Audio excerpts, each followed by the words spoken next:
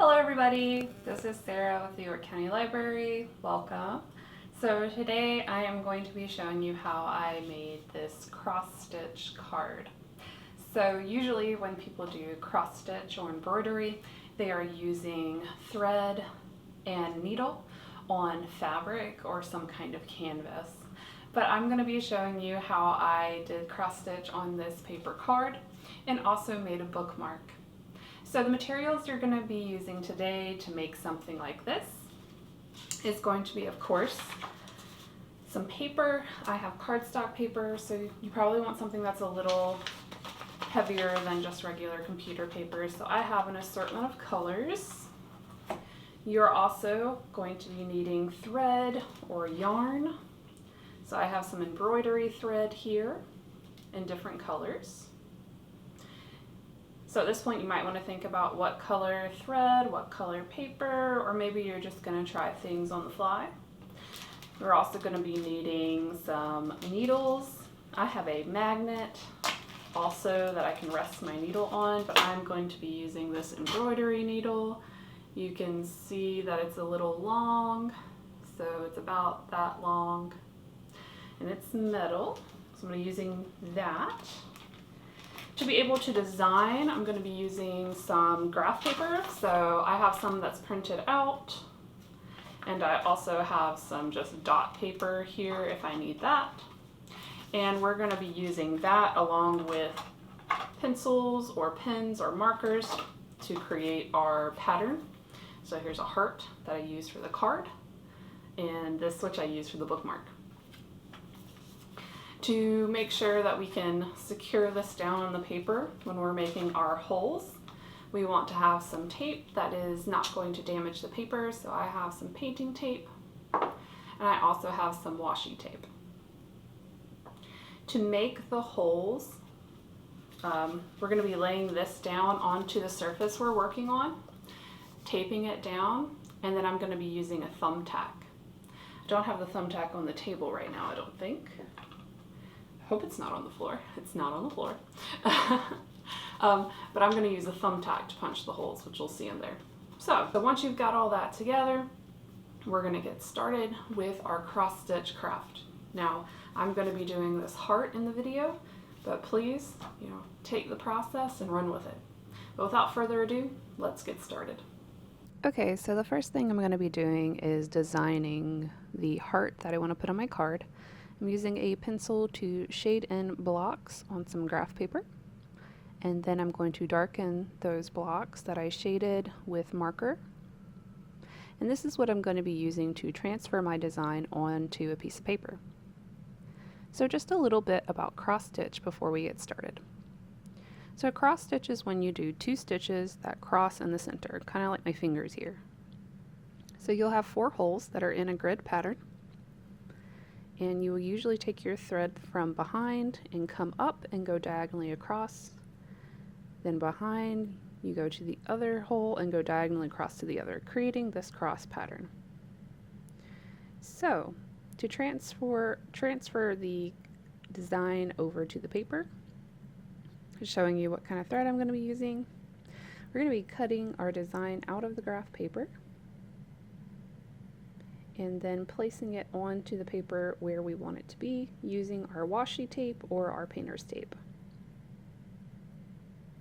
I know I want to make this into a card, so I decided that I was going to go ahead and pre-fold my paper.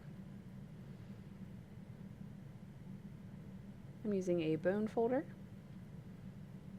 So now I know where I want to place it, if I want to put it center or off center.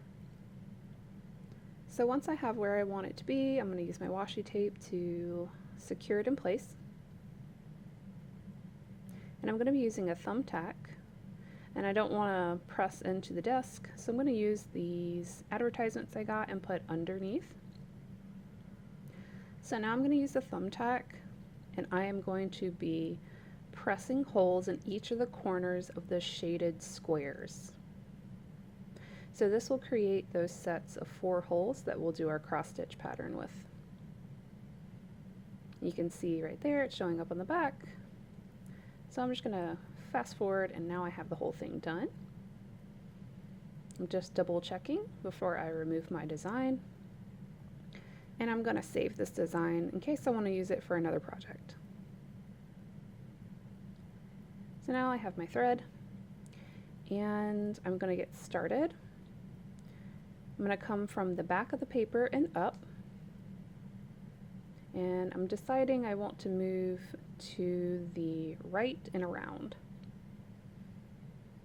So I'm going to start with that square right at the top in the middle. So I'm going to come up in one of the holes, and this is when I learned that my string that I'd cut might be a little too long, but I decided to keep going with it. I'm going to leave a little bit of string on the end so that I can secure it later and tie it off. There, I'm going diagonally up and across and from the front to the back. And I could have cut this out, but I just wanted to show you that as you're pulling your string, you do want to pay attention to it because it does love to tangle. Now I'm going to come up through another corner in the square and diagonally across once I get this nice and pulled through. And that will complete my first stitch. Well, soon. So I decided at this point that I might have too much of the thread. So at this point I decided to shorten it by cutting it off and just taking maybe like 4 or 5 lengths worth and then putting my needle on there. So now I'm starting again and just continuing that little cross, kind of getting into the flow of things, making sure I slow down so I don't tangle. Because when you're working with fabric, if you tangle and pull it, the fabric's usually pretty durable, but with paper, since it's thinner, it might actually tear if you pull it too hard through and there's a knot on the other side. So continuing up and around, slowly going, slowly picking up my rhythm. And you'll find that when you're trying something new, it's usually at the beginning that you have kind of the hardest time getting adjusted to it. But now I'm starting to find my flow.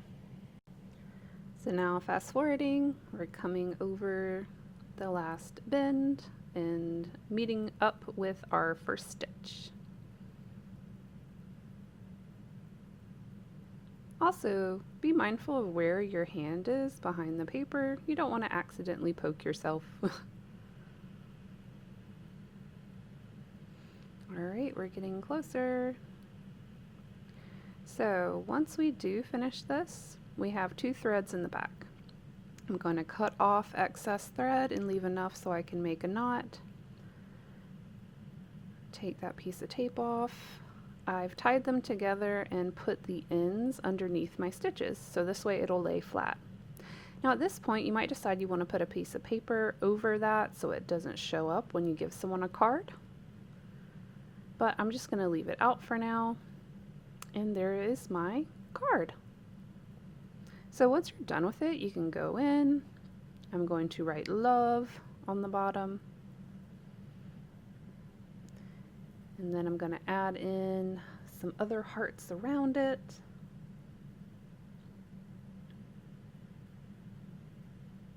At this point you could do more cross stitch in other areas, adding smaller hearts.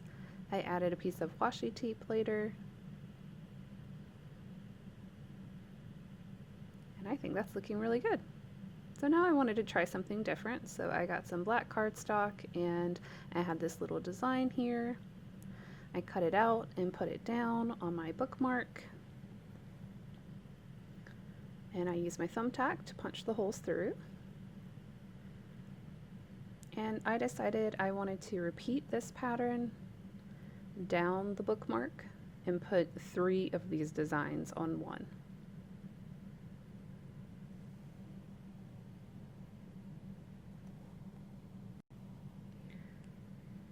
So once I finished with the top one, I just moved my design down and started punching holes for the second one, and then I went ahead and did that again for a third set at the bottom.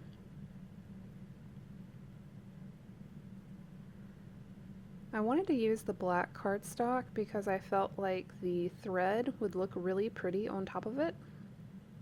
So I chose some lighter colors. Right now I'm just making my holes a little wider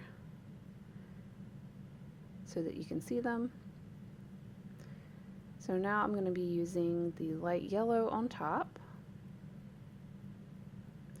I'm just going to start on one side, so I'm starting on the bottom and just moving up with my stitches, and there it is finished with some tape on the back.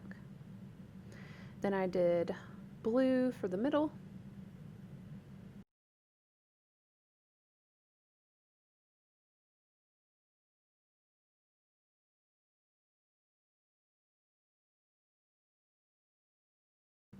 So for this last design on my bookmark, I decided I would try a stitch that I am familiar with that creates a line, and it is called a back stitch. And I will put some information in the description on some Creativebug classes or other resources you can look at to learn about this stitch. But I wanted to create a line and then use the holes that I had to create a swirl. So you can see I followed the outside and around and then just twirled and swirled into the middle. And so you don't have to do just cross stitch with these. Here I am getting a knot out with my needle. You don't have to do just cross stitch with this. You can do other stitches and embroidery. And there's my swirl. Alright, so I'm going to cut this, secure the ends by putting them under the stitches on the back.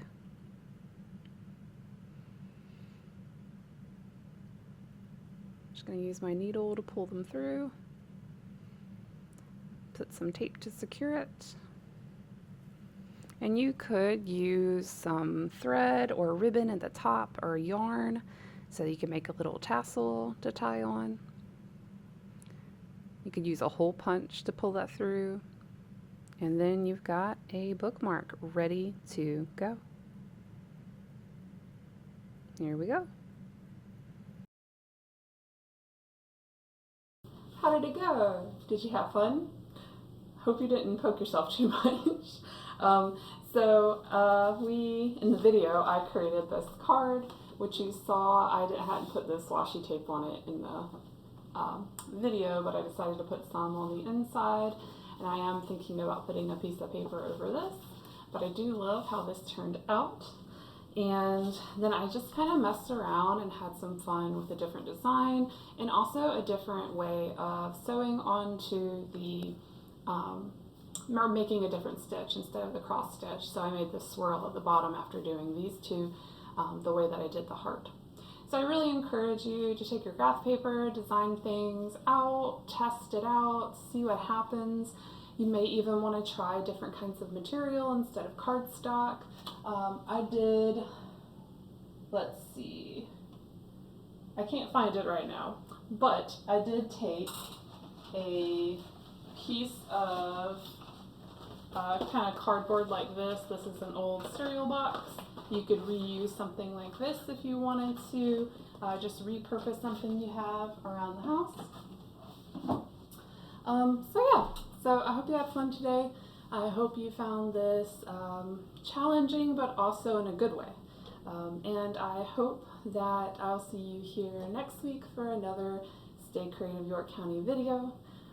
So until then, my friends, remember to stay safe, and of course, as always, stay creative, York County.